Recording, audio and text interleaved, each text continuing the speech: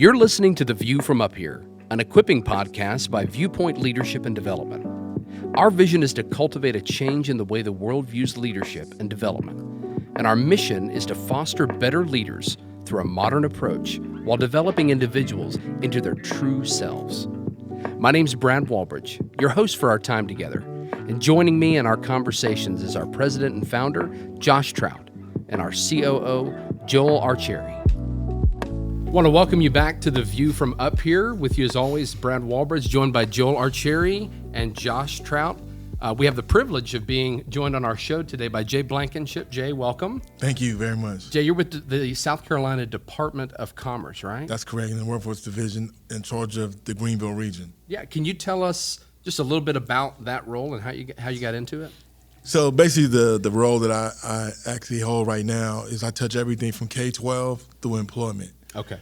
So there's a lot of variations of the day.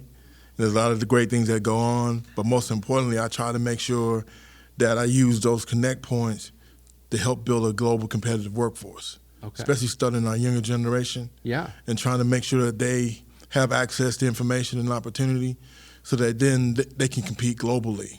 Right. I bet that starts at those young ages, how important that is to set that as a foundation. Well, very intentionally. Yeah. Here in Greenville, we have a very intentional approach to where the state aligns these career opportunities in 8th grade. We actually sometimes go all the way as far as elementary school. On a personal note, I think we should really start in pre-K. And we can use logos and those type things so students start to interact. It's just like if you sit in the movie theater and you've already eaten, but then the popcorn and the Coke and all that comes on, subliminally you get up. Sure. And you're going to go buy popcorn, Coke, and all of that. So if we can start exposing these young people to those logos much earlier, when they get older and start driving past these places, they know, oh, that's a company that I have an opportunity to go be employed at. That's an interesting way to look at it. I haven't looked at it quite that way before. I never thought about the old, we're going to the lobby. Yeah.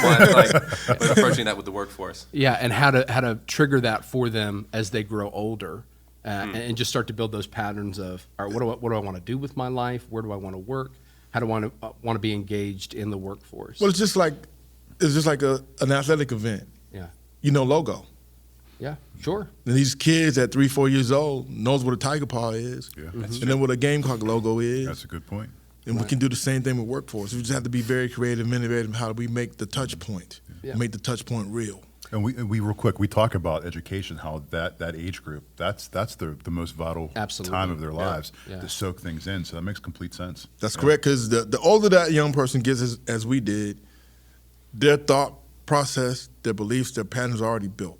Yeah. If we catch them earlier while they're still in the dreaming stages, you have more an opportunity to help them engage so they do select career choices and opportunities that fit them, especially in this generation that we're dealing with now.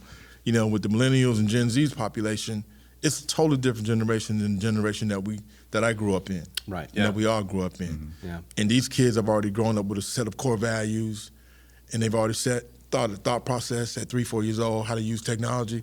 Because one, they were born with it. And so their likelihood of staying at a place of employment for 25, 30 years is less likely than it was in our generation. Sure. These kids are more entrepreneurial. They're more out-of-the-box thinkers. They're very critical in their thought. And they're very engaged in social causes that affect not only their communities, but the communities around them. That's so true. Clearly, there's a lot of passion that you're communicating with. How did you get connected into this role, and why does it matter to you? Well, it matters to me because, one, I'm a South Carolina kid. Okay. I'm from Charleston.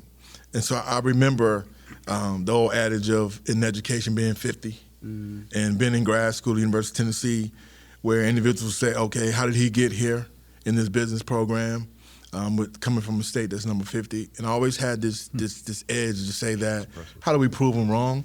And one of my favorite quotes that I had growing up was the old Eli Whitney. When Eli Whitney speaks, everyone listens. Yeah. So I sort of take that same approach into the job, but I made it a life mission to not create programs, but life changers, so people see citizens in South Carolina totally differently than they did in the past. Yeah. I know before the show started that you and Joel were having a little bit of a conversation, and And I really think that would be good to unpack a little bit more, if that's okay. Well, it was interesting. I was talking with Josh, and then I heard Jay talking with Andy, and one thing just kind of stuck to me, and he was talking about how, because I think they were just talking about having injuries and recovering from them in the recovery process, and you were talking about how you were in an accident, a vehicle accident, and you basically were partially paralyzed and had to relearn essentially everything. And I immediately thought okay, how does that connect to what you do for work? Because to do what you do for work, literally what you're talking about, you're exuding compassion and empathy and kindness and this desire to see not only people be better, but be better for everywhere else around them, not just locally, but globally. And my thought was, okay, does that inform anything or all of what you do? And that was my question. You were kind of talking about it earlier, and you said, like, everything. And I'd love to hear you more talk about that. So the February 24th is always a tough day for me because as a 19-year-old student athlete, got hit by a drunk driver, lost my best friend in the accident, and I had a year and a half of paralysis. And so I took the adage of realizing I could probably never play sports again, but what could I do well? And I've always tried to view things as being an influencer in my community. And so when I took a job in higher education and I saw individuals that were getting degrees in these type things, but they were having to leave South Carolina to get an opportunity, I said, okay, if I ever get an opportunity to be in some type of influence that's workforce related, that's helping individuals get access to information and opportunity, then I'm going to give that the same adage that I gave when I played a sport or sports. And so this job to me is very refreshing because it allows me to use my personal brand and the brand of the agency to make opportunities become a reality for young adults in South Carolina. That's wonderful. It also makes me think of this brand, Muncaster Financial Group, a friend of the show. Also housing within it, Synergy Coffee. I always say the best part of waking up is, no, never mind. Actually, no, just keep going. It's not Folgers, it's Synergy. Synergy's its own thing. No. There's an edit there. No, it's not. I did that on purpose. You did? Yes. Okay. Comedic timing. No edit. Yeah. No edit. Do not, Matt.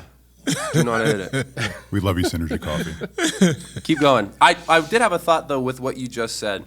So when you were thinking about what can't I do, what could I do, there's a lot of dreaming in that thought.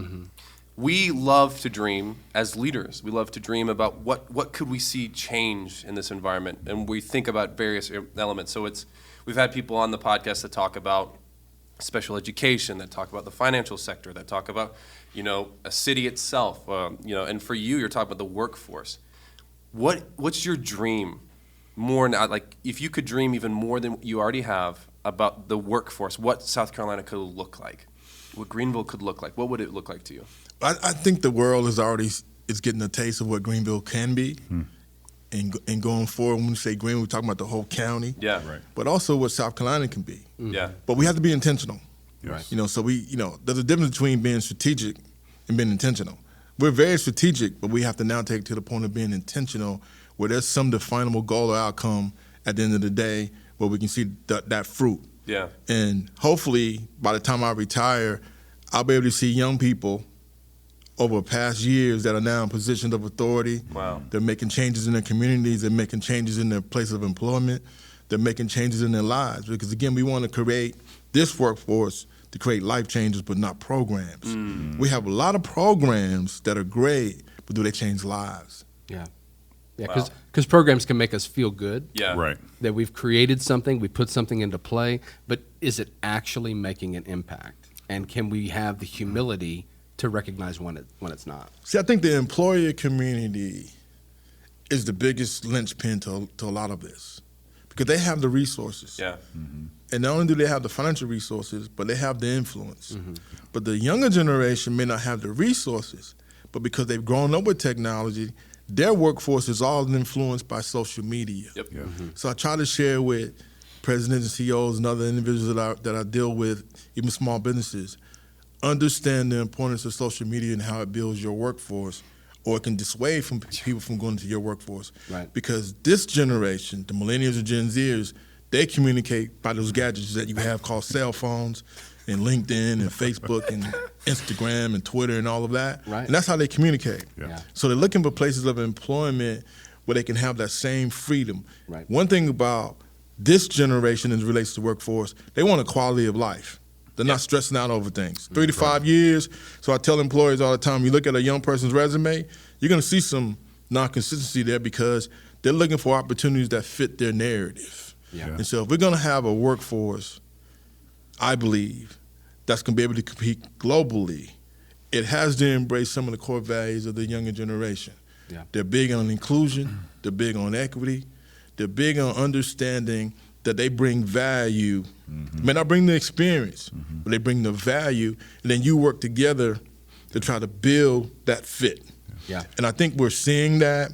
A lot of the initiatives that we're doing here in Greenville, I know Josh's company is very supportive in some things we're doing with healthcare, because we want to make sure that our workforce understands that when you drive down 85 or I-85 and you see these facilities, even if it's manufacturing, there's more individuals in that facility beyond just people that are producing widgets and gadgets.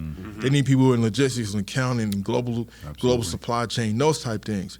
So I'm trying to provide an opportunity for them to have access so they can see these things in real time, and that allows them to make decisions if they decide to go to college or they decide to go straight from high school. Because at the end of the day, when you deal with our workforce, whether you go to college, whether you go straight out of high school, whether you go to the military, whatever you do in life, at some point you're going to be employed. Right, it's true. And in this generation, for their place of employment, a lot of them are going to be entrepreneurs. So we want to make sure if they want to be entrepreneurs that they have the foundational tools and skills necessary to not be in business 6 months, then they're closed. Yeah. When I want to unpack a little bit, when I think about Josh in his leadership role in business, when you're working with leaders in business, whether they're an entrepreneur, they're running another corporation, they're as the supervisor, manager, even community leaders, what does it look like for you to accomplish your mission, to essentially lead these people when you're not necessarily responsible for them, but you've got to get them rallied to an idea and to a mission? What does it look like to lead through that? That's where intentionality comes into play. Yeah. And understanding your personal brand. Your personal brand is not just you networking and meeting people. Your personal brand is what tells people about you. So individuals know when I come to the table and try to engage them in the conversation or engagement, it's not just to be meeting, it's that there's some intentional goal that I'm trying to reach. So before I even have that meeting, I've already got in my mind, how does it help the entities that I serve? Because does it help the young generation? Does it help individuals that may be in society? Does it help the college graduate? Does it help the mom and pop shop? Because at the end of the day, I look at things in this way. If we started in K-12 and waiting on K-12 to get here, what happens? So many things have changed. Yep. So true. My thought process is you start a dual journey. So K-12, business. At some point, they're going to intersect.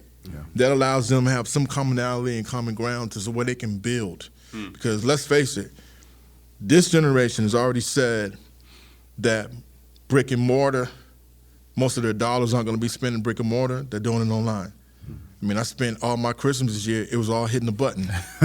and I enjoyed that. It's a funny story. My dad texted me this morning, and he thanked me because he didn't know you could pay with your phone, with your card could be on your phone. And I remember I was at Publix down in Florida, and I double-clicked and paid, and I went, "The future's now, old man." And he said, "What? How do you do that?" And I showed him, you actually already have your wallet on there. And then he said today, "I forgot my wallet, and I only had 17 miles on my gas tank, and I paid at the pump. Wow, this is incredible." I'm like, "Dad, come on, that's all right, okay." But it's true though. It's so digital now. And see, this generation, because of their use of technology, as my sons say, the millennial and the Gen Zer, I had to be adaptable and I had to be willing to change. Because I didn't want to do the cash apps and all this type of stuff because I want to make sure my money is secure. But we live in a world now where you can't live without technology. And what I try to get in front of industry as well is this generation brings a value to your workforce because they understand technology where they can touch people by the touch of a button. That says a whole lot about you being able to touch the world that's global, right? Because you have someone at the table that can show you how to do that. I mean, it's just like the old days when we used to do interviews and they had the big cameras and all that. Now we're going to podcasts. Yeah. So the world of workforce is the same way. The world of workforce, if it's adaptable, they have more success. Yeah. If it stays in the same vein that it's in, then they don't have success because one, these young people can make a post about an employer, and if it's negative or positive, it's going to affect their bottom line. We recently had a Gen Z summit, and the reason why we did that was to get millennials, Gen Zers, community leaders, business leaders in the room together so to have a conversation. Yeah. So that when employers start to reevaluate their hiring processes, they understand this generation is going to look totally different than this next generation. And what we got out of that, being intentional, was several of the leaders said, we've got to change our business model and how we do business. Yeah. And for me, that's a plus because that allows me to help our talent stay here in South Carolina. Exactly. Absolutely. Yeah. And they're more willing to, I mean, if so I'm millennial, I know Gen Zs, we got people even under that now approaching the workforce. I can oftentimes be frustrated with Gen Z and people below because there is an element of you're not bending, I won't bend, which is there is a lack of humility. But what I've noticed is if there is humility, like you're saying, and even in that context, we need to change our business practice. Gen Zs will then will be more willing to bend because they've seen you bend, which I think is something to think about. It's not just I have to change or else we'll lose. Is I actually will now get a little more clout with this generation, more sway with them, more sway in their hearts and willingness to stay and bend because I showed that I'm not stuffy and rigid, which is, the stereotypical view of an older generation in business. Yeah. I mean, the workforce world has always been generational. Yeah. And as I tell the younger generation, you're always going to have structure in place. But we have to be adapted, and we have to put ourselves in a position to be successful. And being successful takes a team. So when I talk to leaders about their workforce or their organizations, I always use the adage of playing a sport. Sports bring people together, different backgrounds, different ethnic groups, economics, all of We that. keep coming back to sports on this podcast. Yeah. We But really just it's need to be a valuable, sports though. podcast. True. Sports is a great model because you all have one common goal. Yeah. That's to win. No one likes to lose. But you play a role. Center doesn't play quarterback. The quarterback plays quarterback. The shooting guard doesn't play point guard. He shoots the ball. Or she shoots the ball. So in this whole workforce realm that we have definable roles. And those definable roles a lot of times dictate success by allowing us to be innovative on our thought and how we do business, and then aligning those core values and supporting causes. And what you see a lot of entities doing now, they're supporting causes that they may say, you know what, it's really not important to me, but I'm looking at that next generation that's coming through this door, it's important to them. I've been in companies now where they actually have display boards where they list core values. And we talked to those individuals that work in the company and say, you know what, when I came to this place of employment, it wasn't about my resume because I didn't have experience, but they had core values that align with my core values. Absolutely. Love it. Let's pull this down to the ground level. Josh, thinking about you in your role and how you would consider all of this and engaging all of this to practically implement it for you. How do you see all of this? Yeah, so I've been blessed with the opportunity to work directly with Jay, and it's been a great process. And I accepted it because it's very much aligned with who I am as a leader. And I think there are a couple things that you've mentioned is that, leaders need to be adaptable, right? And we've talked about that how many times, that there's a lot of leaders, unfortunately, a lot of the older leaders that have been doing this for a long time, which I get it, right? They struggle with adapting to today's world. Something I've heard you say so far is personal brand. That's something I have seen happen, right? That somebody having a personal brand means that they're selfish or they're about themselves or they're just trying to build up their credibility and has nothing to do with the business. That's not the truth. That's not how things work today, right? And I think that we've also asked people when we hired them to have ownership. Yeah. Well, guess what? This generation wants to have ownership. It's personal to them. But yet we're fighting them on that when they want to have a personal brand that actually aligns with what the company's about, and they want to have buy-in and have a say or let them be heard. And we're like, whoa. Well, not that much ownership, right? And you can't do that, right? So I think that I really was connected to Jay and what he's doing, because it is true. We have to change who we are as organizations, as a leader, to stay successful, to stay relevant. Let's just be real, Yeah. right? To be relevant in today's world, and there's always a competitor out there that's coming after you to do it bigger, better than you have. That's right. So you have to adapt. And something that I really took on with Jay was getting into the schools. I've had the opportunity to go speak at a couple of local schools, and talking to these kids. Something I learned is that they are so interested in knowing what there is out there and what they can do, but they also don't know what they want to do. Right. Well, I want to be a physical therapist. Great. But I'm going to talk to you about what a hospital is, and we're going to talk about every department. And they go, well, I don't want to be a physical therapist. Yeah. I want to be an occupational therapist. I didn't even know that existed, right? And I think that we're missing the boat by not going out and talking to these kids at a young age. So I applaud you, and I thank you for what you do, because it's something that I personally have always tried to do individually. But I'm just one little tiny guy, right? Yeah. And when you work for organizations, you're not self-employed. Yeah. You got to walk a certain line, right? That's correct. And I've been blessed to work for an organization that allows me to do that and think outside the box. And we're to get more to your question, locally, we have seen the success within our organization locally here by doing what Jay has presented to us, and letting us get out in the community. And then when they come in, it's not just something we're saying, or they're not fancy core values on the wall that we don't live. We live those core values. We let them have ownership and truly have a say in what we do, and also let them be them, and not look at them and be like, man, you're just about yourself. You're just a selfish young kid that's about yourself. I like being the one that everyone uses because I'm the youngest. Well, I I'll really take meant you're a selfish young kid. Well, I am, No, I'm joking. but, You're not. yeah. So I mean, I don't know if that answers your question, It does. but success will come from that. But you've got to get out of your own way. I think it's just so cool. Like the question you asked, I made the connection even thinking about it. This is what it looks like when a humble, malleable leader says, "All right, I'm gonna receive your advice. I'm gonna put it into practice, and not in a fine. I'll do it. This will help us get more younger generation. It'll have us have more longevity as a company. Fine, but okay, I'm buying in all of it. Yeah. Because I believe it too. And then now your success, which is completely obvious to everyone who knows you, this is what it looks like, and this is what we're trying to tell you guys. Like this is how to lead the right way. Well, and Both sides. Thank you. But I want to say that too, that it on the back end, yes, that reflects on my leadership. I get that, but I'm not the one doing the work. It's fair. That's right. I'm not the one doing the work. I'm saying okay, and I'm accepting, and I'm letting these kids and these people that are professionals in what they do them, right? Yeah, that's correct. And they're like, whoa, and they want to work for you. They're happy, and then they put 100% in, 110% in for you.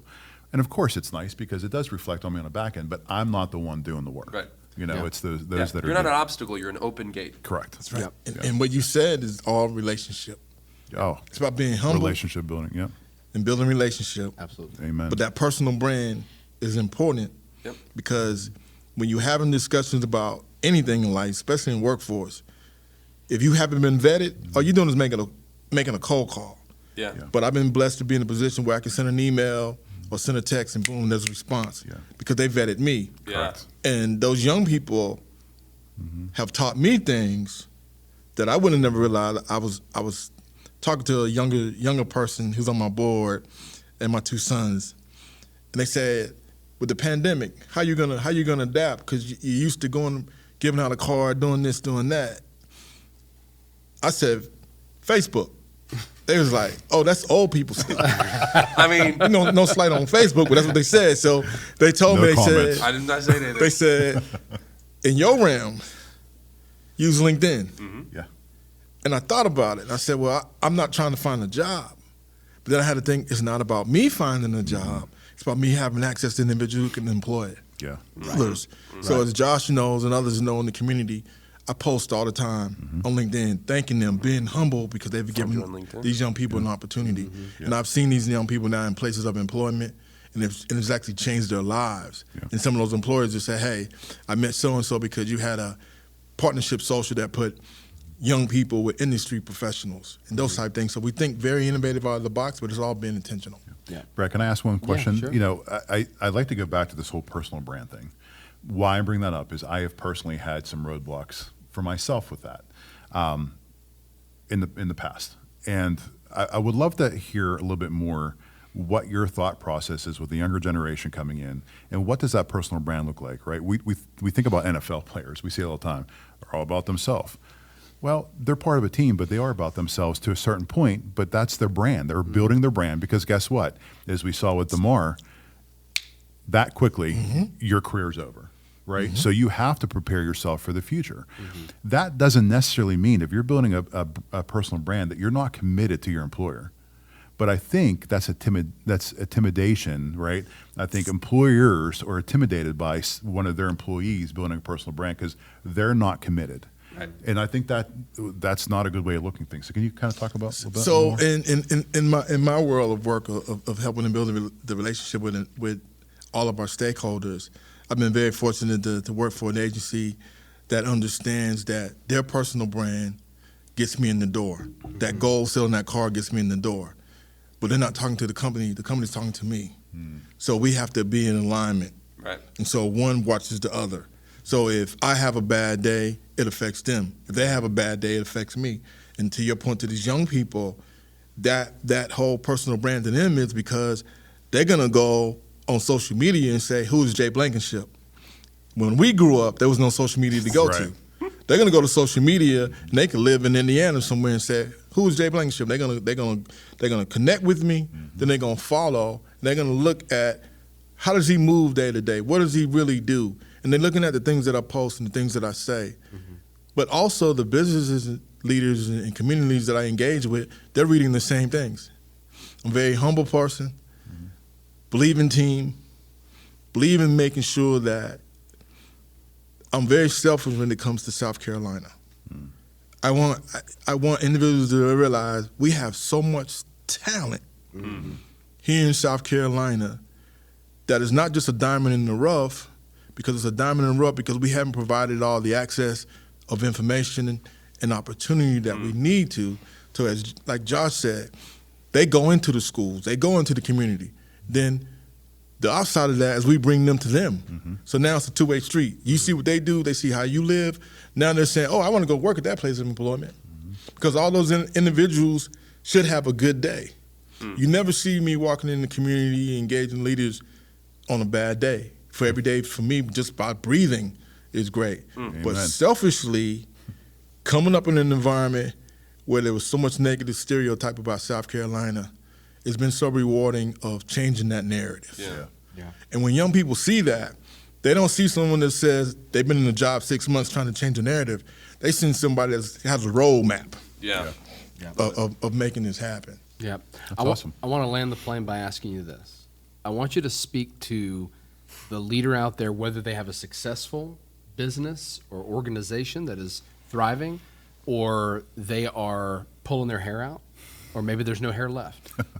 And they're trying to lead well, but they're overwhelmed by this idea or the multiple ideas that we've shared about looking at their workforce differently, looking at potential workforce differently.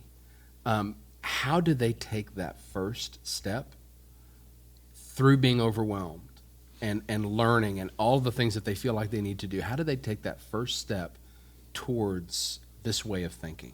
I think they have to take a look at self first. Because the individuals identify that company with them. So when people say, that's Jay Blankenship, someone's going to say, oh, that's Commerce. Or someone said, that's Commerce, they're going to say Jay Blankenship. So I have to make sure, and any leader that's experiencing these things, take a look at self. Do you fit the core value of the organization that you represent? But then how do you make that workforce better? So you have to be innovative with an intentional plan, and you have to have the camaraderie that goes with that, and the people that work for you have to believe that you have the vision to be able to see that mission through. And as you see those things going along, it's like life. You're going to have peaks and valleys all day long, but you have to just persevere and persevere and persevere, because at some point, some entity is looking at you. Whether that's another organization that's wanting to buy you up, or an individual that's seeking you for employment. And we all define leadership differently. You can read all the leadership books you want to.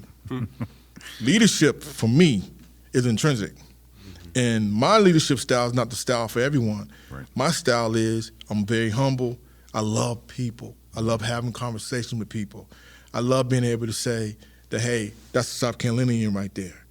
Regardless of what high school they go to, what job they work for, what place of employment they may be, it's all South Carolina.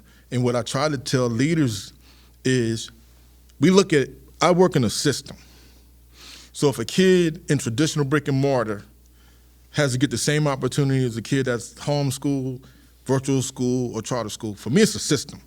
Because an employer is not saying, oh, you went to this brick and mortar school, so you're better than this kid that went to a charter school. That's not what they're saying. What we want to show is, irregardless of what system you come from, you have the ability to do the job and compete successfully. So at the end of the day, either you align with that entity or you're able to align things to do it for yourself. And I think leadership has a lot with that. I've been very fortunate to have great leaders. I have one in particular. He's retired now. He's done a lot for the state, and we had a conversation. And one thing he said was, just be you. Yeah. Because whatever you do in life, when you're trying to lead people or lead community, it's you they're looking at. Yep. And if you just be you and be genuine and be humble about what you do, don't always want the pats on the backs and all this type stuff. I could care less about the awards, all those things, because again, selfishly, when I leave this role of employment, I want to be able to say, those young people in South Carolina have changed the narrative of how the world sees South Carolina. Love it. It's been great. Jay, thank you. Thank you We're for the grateful for your opportunity. time and for what you're doing for Absolutely. the community and for our organizations and businesses that are trying to bring in that workforce and the work that you're doing. You are Well, making an impact. you Just are. know that. You're As making Josh an impact. knows, I always say this. I can't do what I do on behalf of South Carolina Department of Commerce without you as a community, business leaders willing to come to the table, organizations willing to come to the table, and allow me to come run my mouth and come with a plan and say, hey, how do we help this generation of workforce? How do we change the narrative for this workforce that then changes the community? And over all these years, I've been very fortunate that those doors have been open. Yeah. Well, you have a supporter through us here Oh, with yeah. Viewpoint Yeah. And a partner. Absolutely. and a partner, absolutely. Thank you. Grateful for our listeners and our viewers. Look forward to being with you on our next episode. Take care.